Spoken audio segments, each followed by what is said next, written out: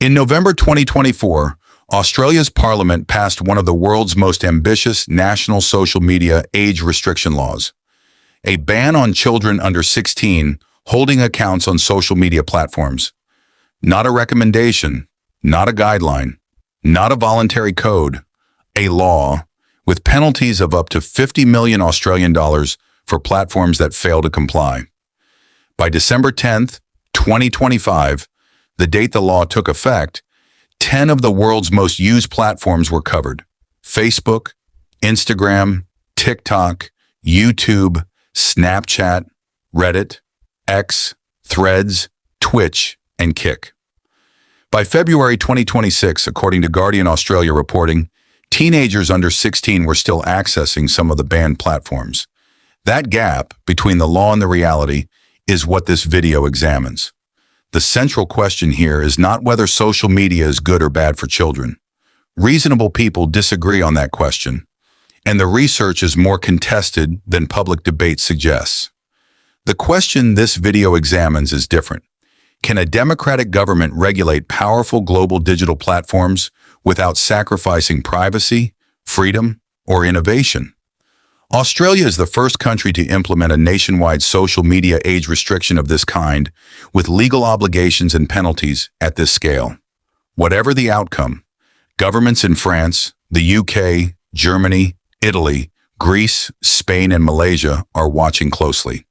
Here is why Australia decided to intervene. Concerns about children's online experience had been building for years, covering cyberbullying, exposure to harmful content, algorithm-driven recommendation systems, online grooming, and the mental health of young people online. Previous attempts at voluntary regulation had not produced the outcomes Australian policymakers and a significant portion of the public considered sufficient. A YouGov poll conducted in November 2024 found that 77% of Australians supported the law, an unusually high level of public backing for a technology regulation measure. Prime Minister Albanese described it as a landmark reform, stating, and this is a confirmed quote, "We know social media is doing social harm. We know some kids will find workarounds, but we're sending a message to social media companies to clean up their act." That acknowledgement that workarounds are expected is one of the most significant statements in the entire public debate around this law. Here's what the law actually does, based on confirmed official documents. The Online Safety Amendment Act places the obligation on platforms, not on parents, not on children, to take reasonable steps to prevent Australians under 16 from creating or keeping accounts. Parents cannot give consent to override the restriction. That is explicit in the legislation. Platforms must not require government-issued identification as the sole method of age verification, protecting against compulsory identity surveillance. Penalties of up to $50 million apply for platforms that fail to take those reasonable steps. The eSafety Commissioner has the power to investigate compliance and require information from platforms, with compulsory information gathering notices already issued to all 10 covered platforms as of the March 2026 compliance report. What reasonable steps means in practice is not prescribed by the law. The eSafety Commissioner will not mandate a single technology. Platforms are exploring behavioral inferencing, AI-based age estimation, and third-party verification services, all carrying their own privacy and accuracy trade-offs. Now here is the enforcement problem, which is the part of this story that is receiving less analytical attention than the policy debate itself. Passing the law was the easy part. Enforcing it against determined teenagers who have grown up online and are familiar with the tools available to them is a genuinely different challenge. Available options for bypassing the restriction include virtual private networks, using a parent's or older sibling's account, accessing platforms in logged-out mode where available, and switching to platforms not covered by the legislation. The legislation covers 10 named platforms in its first year. Roblox was specifically exempted. YouTube Kids was exempted. Gaming platforms generally fall outside the current scope.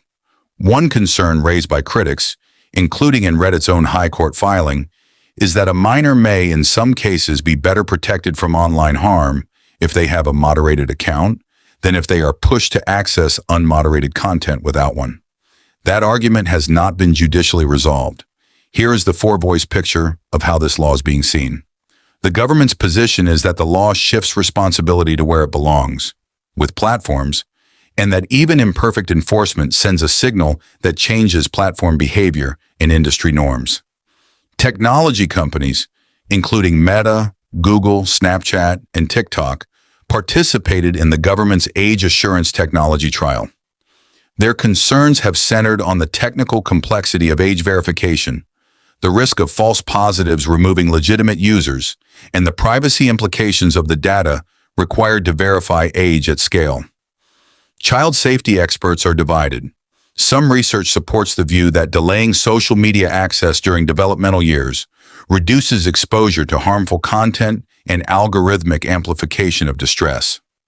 Other researchers caution that the evidence base for mental health benefits of social media restriction is less established than public debate implies, and that digital exclusion carries its own risks.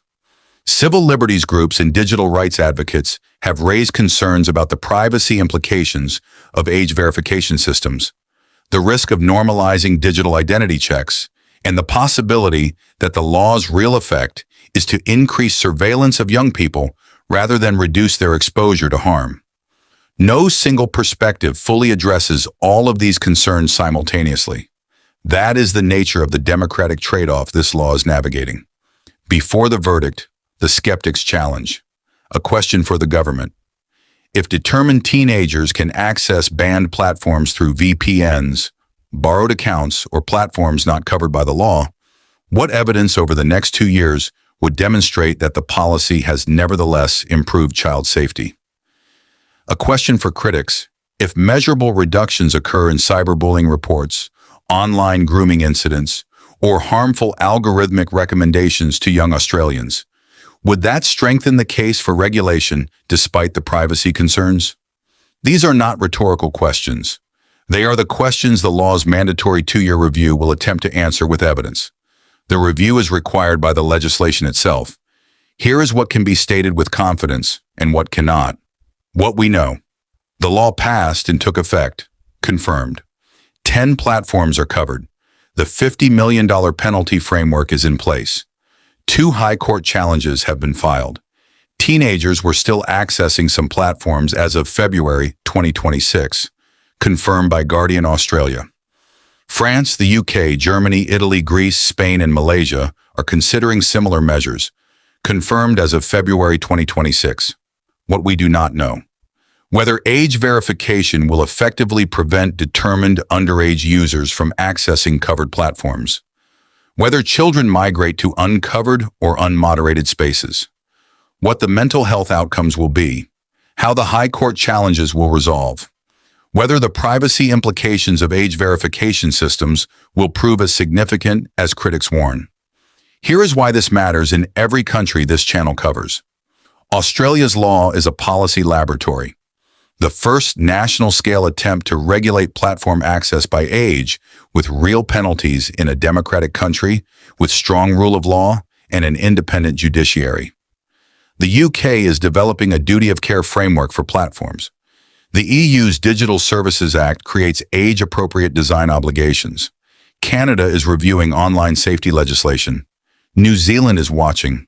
None of these approaches is identical to Australia's, but all of them are grappling with the same underlying question.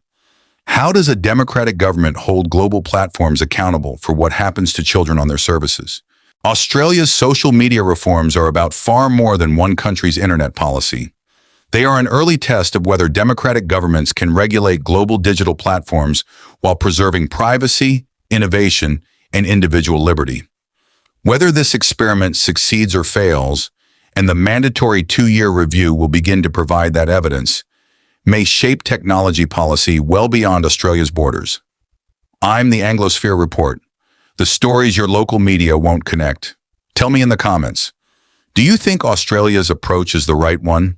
Or does enforcing a law that determined teenagers can bypass undermine the case for regulation itself? And if regulation is the answer, where should the line be drawn between protecting children and protecting individual freedom? See you tomorrow.